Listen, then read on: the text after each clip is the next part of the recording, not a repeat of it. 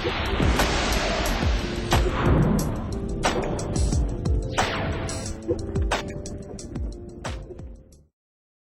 alaikum. This is lecture 18 of Introduction to Psychology. Today we'll be talking about different forms of perception, including perception of depth, form, and motion. But before we start talking about that, let's have a look at what we discussed in the last lecture. In the last lecture, we talked about perception and the definition of perception, including the process of perception, laws of perceptual organization, feature analysis, and we talked a bit about depth perception. آج کے lecture میں ہم سب سے پہلے depth perception کی بات کریں گے، perception of depth and distance. جیسا کہ ہم نے پچھلے لیکچر میں کہا تھا، ڈیپتھ پرسیپشن سے مراد ہے فاصلے اور گہرائی کی پرسیپشن، یعنی ہمیں کس طرح سے معلوم ہوتا ہے، کس طرح سے احساس ہوتا ہے کہ کوئی چیز ہم سے کتنے فاصلے پر ہے یا کتنی نزدیک ہے. اور اس کی اہمیت روزمرہ کی زندگی میں بہت زیادہ ہے.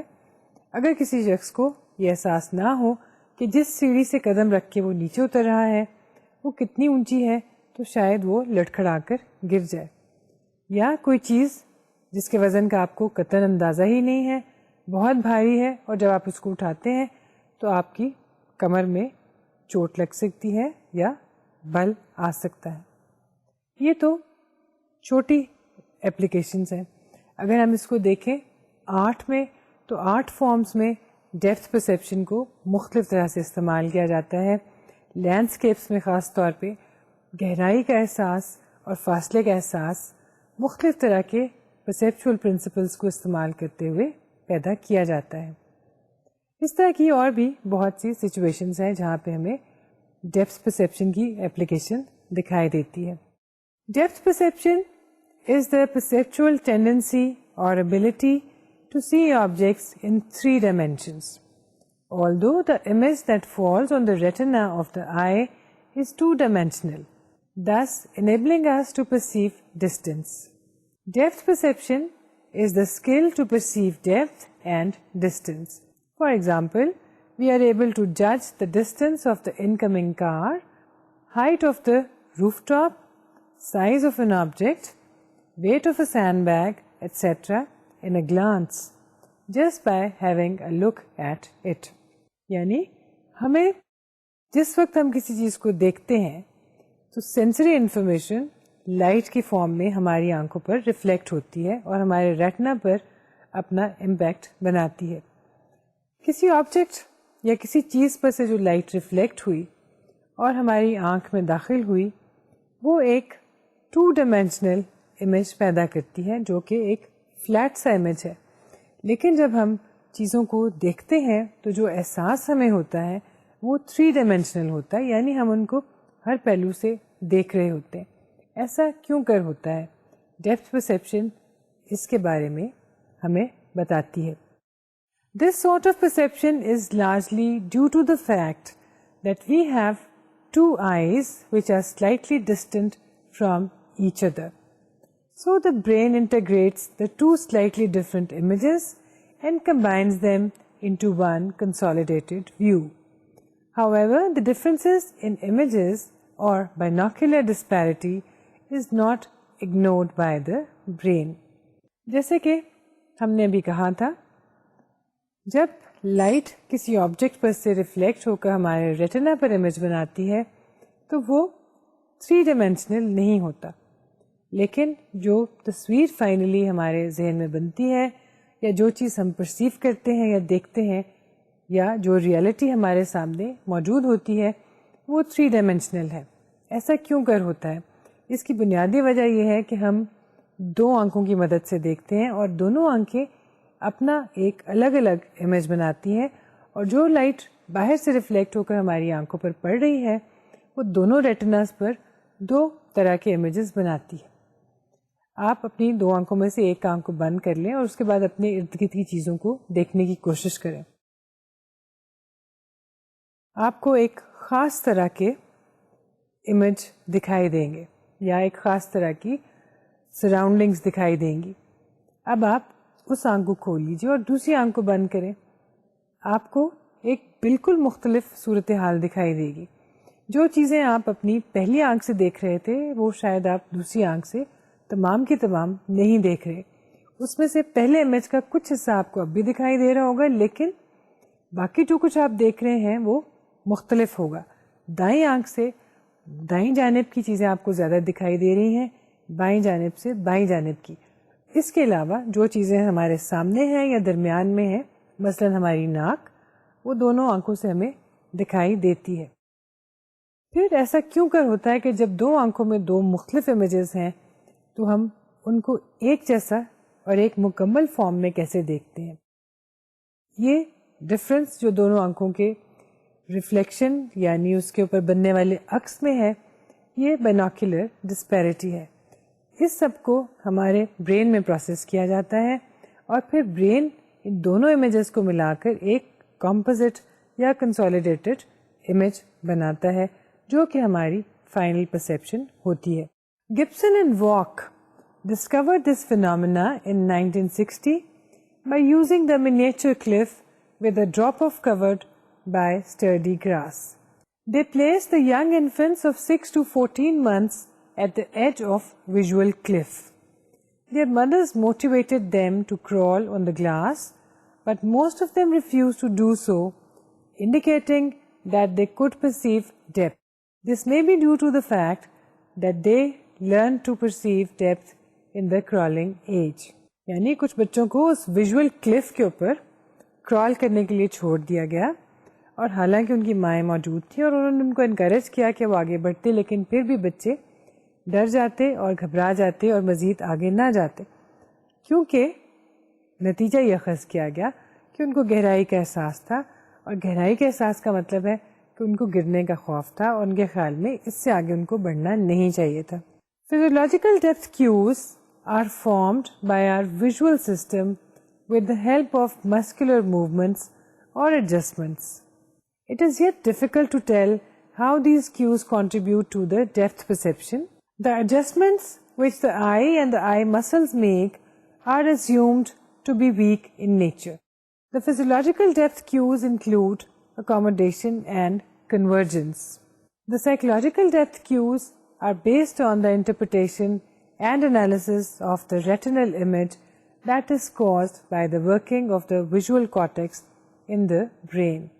یعنی ہمیں ڈیپتھ کا احساس کیسے ہوتا ہے, اس کے لیے ہم کچھ کیوز یا کچھ اشارے یا ارد گرد سے کچھ مدد حاصل کرتے ہیں, اور اسی کی بنیاد پر ہمیں گہرائی کا احساس ہوتا ہے. یہ کیوز سائیکولوجیکل بھی ہو سکتے ہیں, فزیولوجیکل بھی ہو سکتے ہیں. فزیولوجیکل کیوز میں بنیادی طور پر ہماری آنکھ اور ہماری آنکھ کے جو مسلس ہیں جن کا ہم نے ذکر ویژن کے لیکچر میں کیا تھا, سیلری مسلس, جن کی مدد سے لینس بھی اپنے آپ کو ایڈجسٹ کرتا ہے چیزوں کے ڈسٹینس کے حساب سے, یہ ایک طرح کے ڈیپتھ کیوز ہمیں پرووائڈ کرتے ہیں. سائیکولوجیکل ٹرمز میں ذرا مختلف قسم کے کیوز شامل ہیں. Visual cues can be of two types, binocular cues and monocular cues. Monocular cues are also of various types. Primarily, there are static cues and there is motion parallax. Static cues include interposition, size and perspective. یہاں پہ یہ بات واضح کر دیں کہ monocular cues سے مراد ہے جب ہم ایک آنکھ کی مدد سے دیکھ رہے ہیں, جیسے کہ ہم نے بھی کہا تھا, ایک آنکھ کو بند کر لیں اور اس کے بعد اپنی سراؤنڈنگس کو دیکھیں. اس طرح کی صورت میں جو کیوز ہماری مدد کرتے ہیں ڈیپتھ اور ڈسٹینس کے احساس کو پیدا کرنے میں, وہ مونوکولر کیوز ہیں. بینوکولر کیوز وہ ہیں جب ہم دونوں آنکھوں کی مدد سے چیزوں کو دیکھ رہے ہوں, اور جو کیوز ہمیں اس وقت فاصلے اور گہرائی کا احساس دیں. Depth cues to perception. So there are two important cues for the perception of depth. First, monocular cues. They are also known as pictorial cues because painters use these cues in order to tell about depth. They lead to three-dimensional information. The ability to judge distance and depth, such as linear perspective and interposition with one eye only, are monocular cues. Depth and location can be perceived with single eye also. This is an important fact. First of all, relative motion. A monocular cue for perceiving depth and distance in which when we move, the objects at different distances change their relative positions with the visual image. That is, with those that are closest seem to be moving faster. یعنی جب چیزیں move کر رہی ہوں تو اس میں ایک relative motion کا احساس ہوتا ہے. دور حرکت کرنے والی چیزیں ہمیں آہستہ حرکت کرتی ہوئی دکھائی دیتی ہیں, جبکہ نزدیک کی چیزیں ہمیں تیزی سے حرکت میں دکھتی ہیں. Relative size. The monocular cue for depth perception in which we assume that the two objects are similar in size. The one that makes the smaller image appears to be more distant. Just like in this diagram, the objects that are smaller in size, they seem to be distant, far away. Although all of these objects have been drawn and placed on the same sheet of paper and almost on the same line. They are not very distant apart, but it is the size that gives the idea of distance as to how far an object is from the very first object. You can see the distance or the perception of distance between the very first and the biggest object and the last and the smallest object. Interposition. A monocular cue for perceiving depth in which nearer objects partially block or hinder our image to the more distant objects. Interposition سے مراد ہے کہ چیزوں کے دور یا نزدیک ہونے کی وجہ سے ہماری پرسیپشن پہ فرق پڑتا ہے. نزدیک کے آبجیکٹس ایک طرح کی ہنڈرنس پیدا کرتے ہیں کسی حد تک دور کے آبجیکٹس کو دیکھنے میں. دور کے آبجیکٹس کو کلیئرلی دیکھنے میں اگر نزدیک کے آبجیکٹس بیچ میں آ جائے تو ہمیں تھوڑی سی مشکل سے ان کے فاصلے کا احساس ہوتا ہے. Relative height. A monocular cue to depth perception and distance in which higher objects appear to be more distant. یعنی جو آبجیکٹس زیادہ بلند ہوں گے ان سے ہمیں دوری کا احساس ہوگا, اور جو آبجیکٹ بلندی میں یا قد میں چھوٹا ہوگا وہ ہمیں نزدیک محسوس ہوگا. لیکن یہ ہم اس صورت میں بات کر رہے ہیں جب ان آبجیکٹس کو اکٹھے پلیس کیا جائے. Linear perspective. The monocular cue for the perception of depth and distance in which two parallel lines seem to be converging at some point, indicating increasing distance. Railroad tracks, highway tracks, etc. appear to be converging at some distance and so contribute to the rail crossing accidents by making people to overestimate the train's distance. A massive train size makes the perception that it is moving slowly. Linear perspective سے مراد ہے کہ جب کوئی چیز سیدھی ایک line میں جا رہی ہو اور دور تک جا رہی ہو تو ہمیں یہ احساس ہوتا ہے کہ بہت آگے جا کے کسی خاص حد کے بعد وہ آپس میں کنورج ہو رہی ہیں, یعنی کہ آپس میں مل رہی ہیں. اور اگر ہم بہت دور تک اس کو دیکھیں تو ہمیں یہ احساس ہوتا ہے کہ وہ دور جا کر ایک دوسرے میں گم ہو گئی ہیں یا مدغم ہو گئی ہیں. اس کے ساتھ ساتھ اگر اس سڑک کے کنارے کوئی اور آبجیکٹس ہیں, مثلا درخت ہیں یا گاڑیاں ان کے ساتھ سے ایک لائن میں گزر رہی ہیں, تو گاڑیوں کی وہ قطار یا درختوں کی قطار بھی ہمیں سائز میں چھوٹی ہوتی ہوئی دکھائی دیتی ہے. یہ ایک پرسیپشن کا عمل ہے. حقیقت میں وہ کنورج نہیں کر رہی, آپس میں مل نہیں رہی, لیکن ہمیں دیکھنے میں ایسا محسوس ہوتا ہے. اور یہ چیز ہمیں ڈیپتھ کا احساس دیتی ہے. جب ہمیں کوئی چیز دور جا کر کنورج ہوتی ہوئی دکھائی دے گی تو ہمیں یہ احساس ہوگا کہ وہ ایک خاص فاصلے پر ہے اور کافی دور ہے.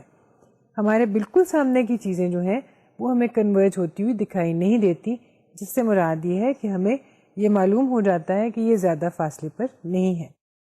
آئیے اب ہم ایک ڈائیگرام دیکھتے ہیں. ایک دور تک جاتی ہوئی سڑک جس کی دونوں سائڈوں پر درختوں کی قطاریں ہیں. سڑک ہمیں دور جا کر تنگ ہوتی ہوئی اور آپس میں ملتی ہوئی محسوس ہوتی ہے, اور اسی طرح اس کے ساتھ پائے جانے والے آبجیکٹ یا درخت سائز میں بتدریج چھوٹے ہوتے ہوئے دکھائی دیتے ہیں, جبکہ نہ تو سڑک کنورج کر رہی ہے اور نہ ہی درختوں کا سائز چھوٹا ہوا ہے, لیکن ہمیں یہ دکھ ایسے رہے ہیں. Relative brightness, a monocular cue for depth perception in which the dimmer objects seem to be more distant. Nearby objects seem to reflect more light than the farther ones. When going for a walk in a thick foggy morning, one may judge distance wrongly, as due to fog, the objects may be perceived to be farther than they do on the clear, shiny morning. That's why they contribute to increasing accidents. You can see that in this diagram. جو objects dim ہیں وہ ہمیں دور دکھائی دیتے ہیں, جو objects bright ہیں وہ ہمیں نزدیک دکھائی دیتے ہیں. اور اسی وجہ سے دھند کے موسم میں جب دھند بہت گہری ہو تو بعض اوقات ہماری ججمنٹ صحیح طرح سے کام نہیں کرتی اور ہمیں چیزیں بہت دور دور دکھائی دیتی ہیں جبکہ وہ اتنی دور نہیں ہوتی. Light and shadow, perceptual phenomena for the perception of depth and distance, in which when light strikes to an irregular object, certain parts are brightly illuminated, whereas others cast shadow. These shadowed parts tell us about the depth of the parts concerned. Painters use this phenomena when portraying something on the canvas, such as human face and its various structures. Light and shadow بھی depth perception کا ایک کیو ہے. ہمارے سامنے کی چیزیں, نزدیک کی چیزیں, اگر لائٹ یہاں سے جا رہی ہے تو ان کے اوپر ریفلیکٹ ہوتی ہے اور ان کے سامنے کے حصے کی قربت کا احساس ہوتا ہے, جبکہ جو حصے لائٹ سے محروم ہیں یا کم لائٹ ان پر جا رہی ہے وہ شیڈو میں ہے. اور اسی چیز کو ڈرائنگز میں اور پینٹنگز میں استعمال کیا جاتا ہے یہ دکھانے کے لیے کہ یہ چیز نزدیک ہے سو یہ برائٹ ہے.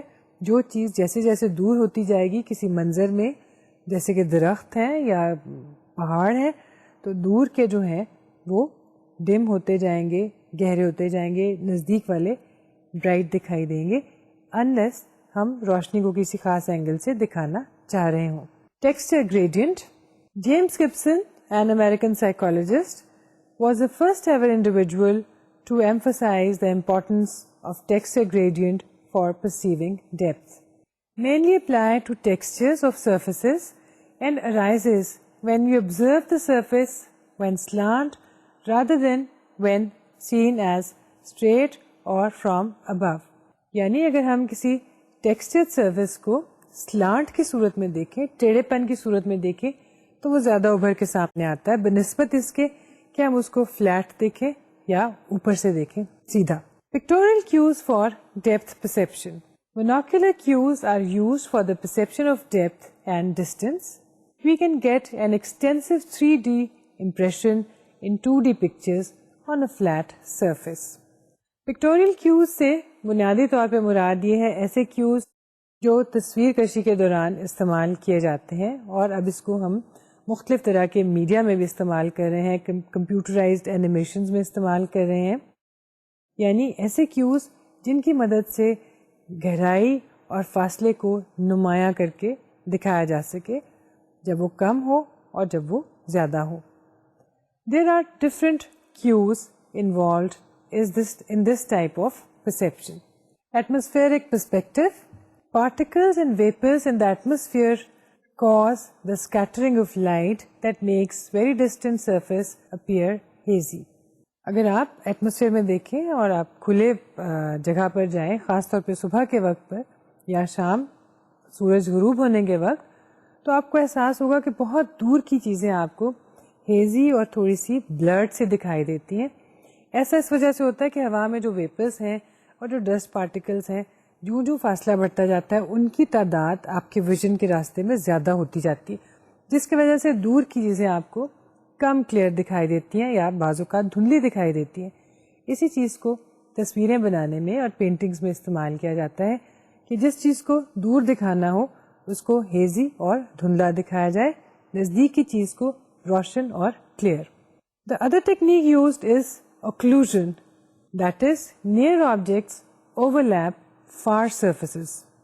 You can see in this diagram, although all of these figures are standing on the same line, but since they are overlapping each other, the figure that is overlapping all of them is seen as the nearest one, whereas the figure which is after 1, 2, 3, 4 figures, that is, it has been overlapped by 4 figures, it seems to be the farthest away, that is the most distant one. Relative height and size. Objects further away from the horizon seem nearer and larger objects seem closer. یہ بات ہم پہلے بھی کر چکے ہیں کہ relative height اور سائز کو استعمال کرتے ہوئے فاصلے کا احساس پیدا کیا جا سکتا ہے دور کی چیزوں کو دکھانے کے لیے اور نزدیکی چیزوں کو دکھانے کے لیے. جیسے اگر ایک لائن میں چیزیں کھڑی ہوں گی تو ان کی ریلیٹو ہائٹ کے مطابق چھوٹی چیز ہمیں نزدیک دکھائی دے گی اور اونچی چیز ہمیں دور دکھائی دے گی.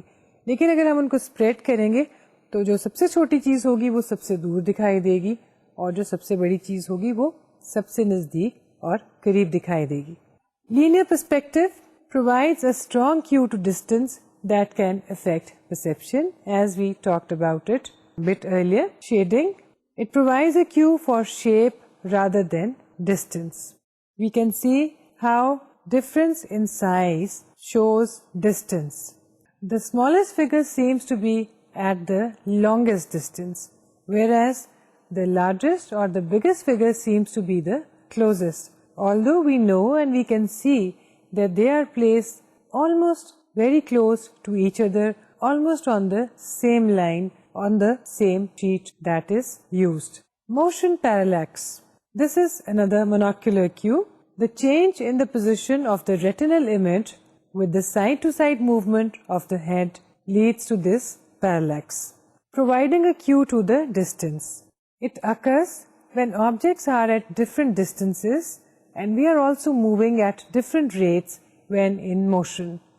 The object nearer to the person appears to move backward, but the more distant objects appear to be static as we move. The rate of an object's movement provides a cue to its distance. Binocular cues for depth perception. جیسا کہ ہم نے پہلے کہا تھا ایسے cues جو اس وقت ہمارے کام آتے ہیں جب ہم 2 آنکھوں کی مدد سے دیکھ رہے ہوں. جس وقت ہم ایک آنکھ بند کر کے کام کر رہے ہیں یا یہ بھی ہو سکتا ہے کہ آپ کیمرے کو ایک آنکھ سے دیکھ رہے ہوں اس وقت ہم بینوکیولر کیوز استعمال کر رہے ہوتے ہیں. بینوکیولر کیوز کی صورت میں یہ کیوز ہمیں ڈیپتھ پرسیپشن اور ڈسٹینس کا احساس دیتے ہیں بشرطے کہ شخص دونوں آنکھوں کا استعمال کر رہا ہو. Binocular cues for depth perception. The ability to judge distance and depth while using 2 eyes which are slightly apart from each other, that is, in the presence of retinal disparity. Our eyes are slightly apart from each other, having a distance of about 2.5 inches or 6 centimeters. So, the images that fall on the retina are slightly different. These 2 slightly different images are then integrated and processed by the brain, but brain does not detach itself from the possibility of differences in images known as binocular disparity. Retinal binocular disparity. The cue to depth perception that shows that the greater the disparity between the 2 images the retina receives of an object, the closer the object seems to us. This disparity allows the brain to judge distance. This can be proved with the help of a simple experiment done by yourself. Hold a pencil directly in front of your nose. The retina of yours will receive different views or images. Now make them closer to your firstly one eye and then to the other. At greater distance, the disparity is smaller. یعنی اس experiment میں آپ ایک pencil لیجئے اپنے ہاتھ میں اس کو پکڑیے اور اس کو آہستہ سے اپنی ناک کی جانب موو کرنا شروع کیجئے. جیسے جیسے وہ آنکھ کے نزدیک آئے گی ڈسپیرٹی بڑھتی جائے گی اور آپ کو اپنی پینسل کے امیج کے علاوہ اپنی سائڈ کے مثلا ناک کے امیجز بھی دکھائی دیں گے. جبکہ جب اس کو دور لے کے جائیں گے تو اس میں صرف اور صرف آپ کو پینسل دکھائی دے گی اور بینوکیولر ڈسپیرٹی نہیں ہوگی. This discrepancy of the 2 images that falls on the retina varies with respect to the distance from which the object is perceived. It is used for determining distance. For example, if we see two objects in which one is considerably closer than the other, the retinal disparity will be greater, and we perceive the greater depth between the two. On the contrary, if the two objects were at similar distance, the retinal disparity will be minor, and we perceive the object at similar distance. Movie directors use this phenomena in order to create depth illusion by using two cameras, spaced highly apart, to produce slightly different images, each image for each eye. Same is the case in 3D movies. The two images are presented simultaneously, which produces a double image. For this purpose, special glasses are worn to provide us with the genuine sense of the depth phenomena. Convergence and accommodation. ہم نے کچھ دیر پہلے بات کی تھی کہ کچھ ہمارے فزیولوجیکل کیوز بھی ہیں، یعنی اس طرح کے کیوز جن کا تعلق ہماری اپنی بایولوجی کے ساتھ ہے یا ہماری اپنے جسم کے سسٹم کے ساتھ ہے. اگر آپ کو یاد ہو، جب ہم ویژن کی بات کر رہے تھے تو ہم نے لینس کے بارے میں بات کی تھی اور آنکھ کے سیلری مسلس کی بات کی تھی، جو کہ مختلف چیزوں کو دیکھتے ہوئے، خاص طور پہ جب وہ دور ہیں، زیادہ فاصلے پہ ہیں، اور جب وہ نزدیک ہیں تو اپنی پوزیشن بدلتے ہیں، اپنی لچک کا استعمال کرتے ہیں اور اپنی شیپ کو تبدیل کر لیتے ہیں تاکہ وہ چیز کے فاصلے کے مطابق اپنے آپ کو ایڈجسٹ کر سکیں. یہاں پہ اسی چیز کا استعمال ہو رہا ہے. It's a binocular cue, convergence and accommodation, for depth perception, which illustrates that when we assume that two objects are of same size, the one that produces a relatively smaller image will be perceived as distant. It is a neuromuscular cue in which more the eyes converge inwards, the nearer the object seems. The eye lens becomes thicker due to the activation of ciliary muscles to focus the nearer objects. The degree of activation of ciliary muscles gives us the cue to depth. Convergence and accommodation are only effective at close distances and can tell only the distance to a single object in the visual field. ابھی تک ہم depth کی perception کی بات کر رہے تھے، یعنی گہرائی اور فاصلے کی پرسیپشن، یعنی ہم فاصلے کو اور گہرائی کو کس طرح سے دیکھتے ہیں. اب ہم پرسیپشن کے ایک اور پہلو کی بات کریں گے، یعنی سلیکٹیو اٹینشن. اس سے مراد یہ ہے کہ ہم ہر وقت مختلف طرح کے اسٹیمولائی میں گھرے ہوتے ہیں.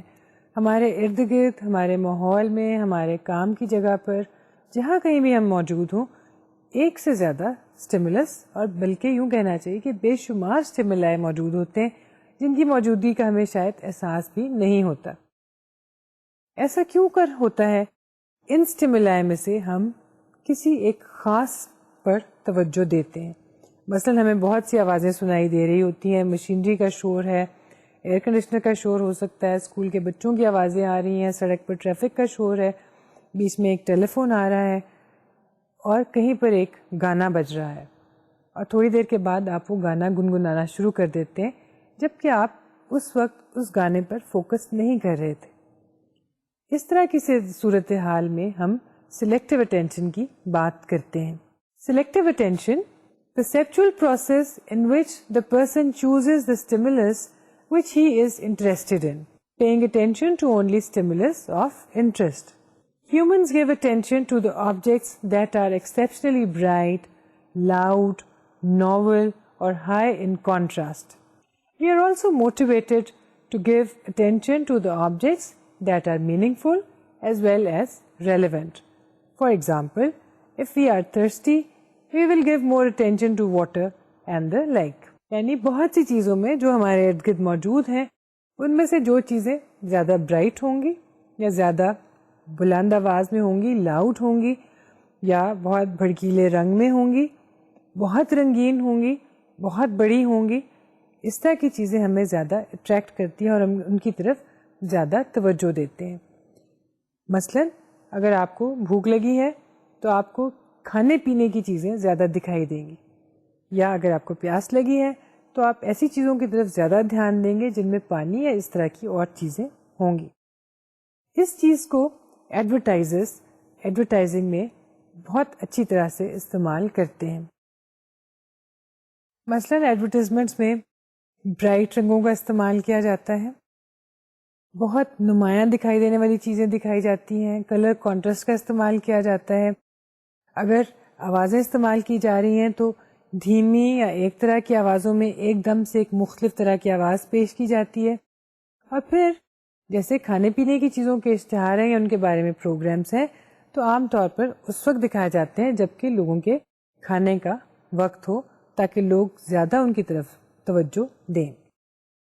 Different task and tests are used for assessing selective attention and for training people into selective attention. The first one of them is the Stroop task. Stroop task, difficult and frustrating exercise in which one is confronted with two powerful and competing stimuli, the meaning of the word and the colors in which they are written. For example, I like you. In these cases, it has been observed that people pay more attention to the reading content of the stimulus rather than the color from which it has been written, because they are experienced with reading than with naming colors. Dichotic listening, a procedure in which individual wears earphones in which different messages are sent to each ear at the same time. After hearing the stimuli, individual is asked to reproduce them aloud as it comes to his ear. In this process, individual can easily identify the person as man or woman and whether changes in voice take place during the message or not. Experiments suggest that although people pay full attention to one stimuli at a time, they also pay some level of attention to other stimuli as well. This shows the possibility of learning something although being unaware of it. The phenomena of selective attention is of particular importance for the people who have to constantly monitor. For example, pilots, traffic controllers, rescue workers and firemen. آئیے اب ہم perception کی ایک اور قسم کی بات کرتے ہیں اور وہ ہے perception of form یا form perception. یعنی ہم کسی بھی چیز کی فارم کو یا شکل کو یا صورت کو کس طرح سے پرسیو کرتے ہیں اور اس کو ایسا دیکھنے میں اور اس کو ایسا سمجھنے میں کون سے کیوز ہماری مدد کرتے ہیں. Form perception is a perceptual phenomena in which we perceive the shape, form or pattern of any object. We give name to the objects as house, tree, table or chair. It mainly involves two important principles, figure and ground and contours. Figure and ground کی بات ہم شروع میں کر چکے ہیں, یعنی ایک چیز ہمارے سامنے فگر بن کے ابھرتی ہے اور ایک چیز بیک گراؤنڈ کے طور پہ. بیک گراؤنڈ میں ماحول کے بہت سے عوامل شامل ہو سکتے ہیں. فارم کی پرسیپشن میں بھی فگر اینڈ گراؤنڈ بہت اہم رول ادا کرتا ہے. اگر فگر نمایاں ہوگا, برائٹ ہوگا اور اس کو ایک طرح کی پرومیننس حاصل ہوگی تو اس کی فارم ہمیں زیادہ اچھی طرح سے اور زیادہ کلیئرلی دکھائی دے گی. Our perceptual tendency to see objects with the foreground as well as the background. The object is being recognized with respect to its background. For example, blackboard and chalk. Contours, a perceptual phenomena in which we are able to maintain a difference of the form from its background to the perception of contours. For example, in observing the paper which has two colors, white and black. اگر ایک کاغذ میں black اور white دو colours ہوں لیکن ان کے درمیان میں کوئی ڈیمارکیشن نہ ہو, کسی طرح کی آؤٹ لائن نہ ہو, کوئی کانٹورز نہ ہو, تو شاید وہ ہمیں نمایاں طور پہ ایک دوسرے سے فرق دکھائی نہیں دیں گے. لیکن جن آبجیکٹس کے کانٹورز الگ سے بنے ہوں گے, واضح ہوں گے, ان کی آؤٹ لائن موجود ہوگی, تو اس طرح کے آبجیکٹس اور ان کی فارم ہمیں واضح طور پر دکھائی دے گی. سو contours are another cue for the perception of form. جیسے کہ ہم نے شروع میں کہا تھا, ہم perception of motion کی بھی بات کریں گے, یعنی ہم موشن کو یا حرکت کو یا موومنٹ کو کس طرح سے پرسیو کرتے ہیں اور اس میں کون کون سے فیکٹرز ہماری مدد کرتے ہیں یا ہمارے لیے رکاوٹ پیدا کرتے ہیں. Perception of motion. Motion simply means the relative progressive change in the position of the person in space with time. Objects cannot be perceived fully when in motion. It is also difficult due to the fact that our eyes cannot follow the moving object with great precision and efficiency all the time. Relative motion.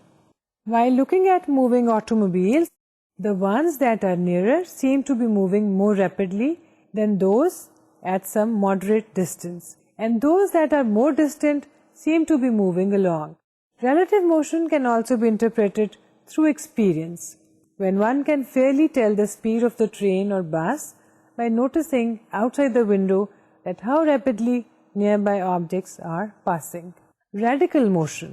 A movement directly towards or away from the observer. Continuous and radical motion is being perceived when the retinal image continuously changes. The change in size of the retinal image gives the perception of motion. We have been talking about different types of perception and different types of cues that help us in perceiving objects in different situations, and how different types of results can be obtained by using different cues. یعنی ہم مختلف چیزوں کو perceive کرتے ہیں اور اس کے ساتھ ساتھ ہم چیزوں کی پرسیپشن کا ایک تاثر بھی پیدا کرتے ہیں، مثلا جیسے کہ پینٹنگز میں، اور ایسا کرنے کے لیے ہم مختلف کیوز کا استعمال کرتے ہیں. یہاں پر ایک چیز ذہن میں رکھنی چاہیے کہ ہاں ہمیں چیزیں بدلتی ہوئی دکھائی دیتی ہیں، موومنٹ میں دکھائی دیتی ہیں، ان کی ہائٹ اور ان کا ریلیٹو سائز جو ہے وہ ہمیں مختلف طرح کے امیجز دکھاتا ہے، لیکن اس کے ساتھ ساتھ ایسا بھی تو ہوتا ہے کہ ہم چیزوں کو، بہت سی چیزوں کو ہمیشہ ایک سا دیکھتے ہیں. ان چیزوں میں تبدیلی آتی ہے، ماحول بدل جاتا ہے، اس کے باوجود جیسا ہم ان کو دیکھتے تھے ویسا ہی دیکھتے رہتے ہیں. اس چیز کو پرسیپچول کانسٹنسی کا نام دیا جاتا ہے. Perceptual constancy A perceptual tendency to perceive object as unchanging. The size, shape, color, light, etc., even though changes in illumination and retinal image take place. There are a number of constancies identified by psychologists, including 1. Lightness constancy. It means that the object's lightness or brightness remains the same in spite of changes in illumination. 2. Color constancy, closely related with lightness constancy, and refers to the perception of color of the object as remaining the same in spite of changes in lighting conditions. 3. Shape constancy. It means that the shape of the object remains the same in spite of some changes in its orientation. And 4. Size constancy. It refers to our ability or tendency to perceive objects as remaining of the same size despite having distance from the observer. یعنی ہم یہ کہہ رہے ہیں کہ perceptual constancy سے مراد ہے کہ کس طرح سے بہت سے ماحولیاتی عوامل کے تبدیل ہونے کے باوجود کچھ آبجیکٹس کو یا چیزوں کو ہم ویسا ہی دیکھتے ہیں جیسا کہ ہم اس کو دیکھ رہے تھے یا دیکھنے کے عادی تھے. ایسا کرنے میں اس چیز کا سائز اور کلر اور اس کی لائٹنس امپورٹنس رکھتے ہیں. یہاں تک سب باتیں پرسیپشن کے بارے میں تھی، لیکن پرسیپشن کا ایک پہلو کہہ لیں یا یہ کہہ لیں کہ پرسیپشن سے ملتی جلتی ایک اور چیز جس سے آپ واقف ہوں گے، اس کا ذکر ہم نے ابھی تک نہیں کیا، اور وہ ہے illusion. یعنی چیزوں کو کسی اور طرح سے دیکھنا، یعنی ان کی اصل حالت کی بجائے یا ان کی اصل شکل کی بجائے ان کو ایک مختلف صورت میں دیکھنا یا شناخت کرنا.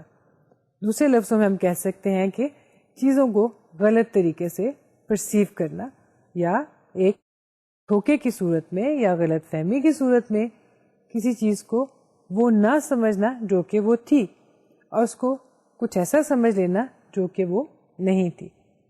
ایلوژنس پرسیپشن کا ایک حصہ ہے, اور جس طرح سے پرسیپشن کے پرنسپلس کو مختلف جگہوں پر استعمال کیا جاتا ہے, جیسے کہ پینٹنگز میں, سنیما میں, مووی میکنگ میں, ٹی وی میں, ایڈورٹائزنگ میں, بالکل اسی طرح سے ایلوژنس کے کانسیپٹ کو بھی ان تمام جگہوں پر استعمال کرتے ہیں.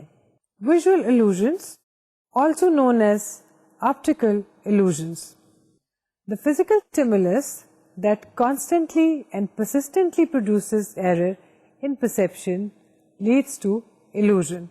There are various types of illusions, of which some of the famous ones are here. For example, look at this picture.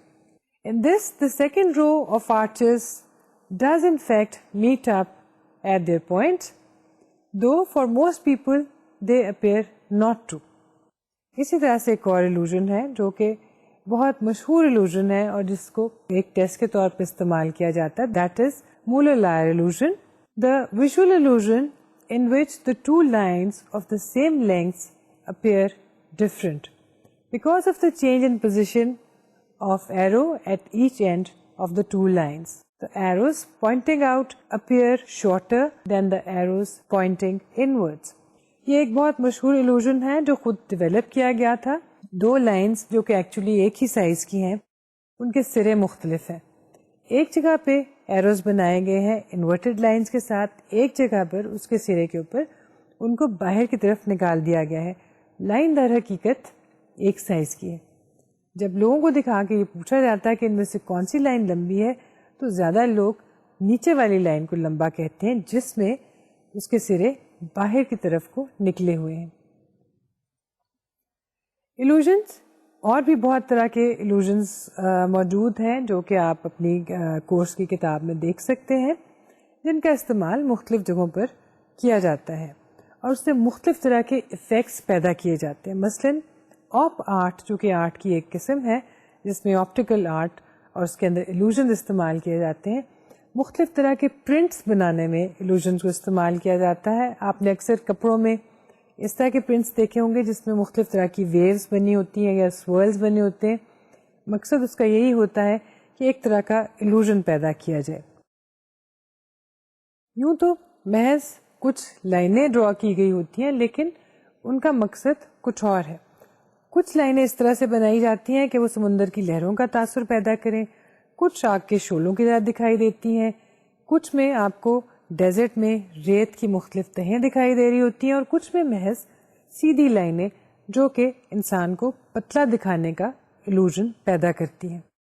لیکن یہ ایلوژنس تو شاید اتنے مشکل نہیں ہیں, یا یوں کہہ لیجیے کہ ان کی وجہ سے کوئی پرابلمس پیدا نہیں ہوتے.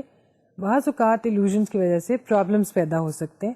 مثلاً آپ نے اندھیرے میں رسی کو سانپ سمجھ لیا اور چیخیں مارنی شروع کر دی جس سے باقی لوگ گھبرا گئے, یا آپ نے کسی گھر کے شخص کو اندھیرے میں چور سمجھ لیا, یا آپ کو سامنے سے آتی ہوئی گاڑی کا اندھیرے میں احساس نہیں ہوا کیونکہ اس کی لائٹیں نہیں جل رہی تھی, اور آپ نے سمجھا کہ شاید دو سائیکل سوار آ رہے ہیں جبکہ وہ ایک کار تھی اور آپ اس سے ٹکرا گئے.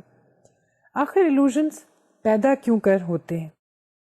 ایلوژنس کے پیدا ہونے کی مختلف وجوہات ہو سکتی ہیں. ایک تو یہ آپ کی ریڈینس اور ایکسپیکٹنسی یا ایکسپیکٹیشن, یعنی آپ پہلے سے ہی کسی چیز کی, کسی شخص کے آنے کی توقع کر رہے تھے اور کوئی اور آ گیا تو آپ نے یوں سمجھا کہ وہ شخص ہے جس کا آپ انتظار کر رہے تھے. اس کے علاوہ بعض اوقات ایلوژنس ڈرگس یا کسی خاص طرح کی میڈیکیشن کے انفلوئنس کی وجہ سے بھی ہو سکتے ہیں.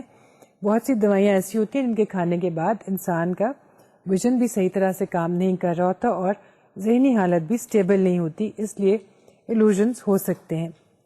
اس کے علاوہ ایلوژنس جو ہے ان کا کاز سینسری ڈیفیسٹس, یعنی آپ کے سینس آرگنز میں کسی طرح کی خرابی بھی ہو سکتا ہے.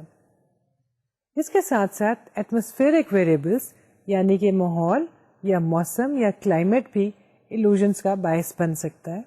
مثلاً بہت زیادہ دھند ہونے کی صورت میں آپ سامنے سے آنے والے شخص کو پہچان نہیں پاتے اور آپ اس کو کسی مرد کو عورت سمجھ سکتے ہیں, عورت کو مرد سمجھ سکتے ہیں, یا کسی دبلے سے شخص کو بہت بڑا سا اور لمبا شخص سمجھ سکتے ہیں. اس طرح کے ایلوژنس ایٹماسفیئر میں چینجز کی وجہ سے پیدا ہوتے ہیں.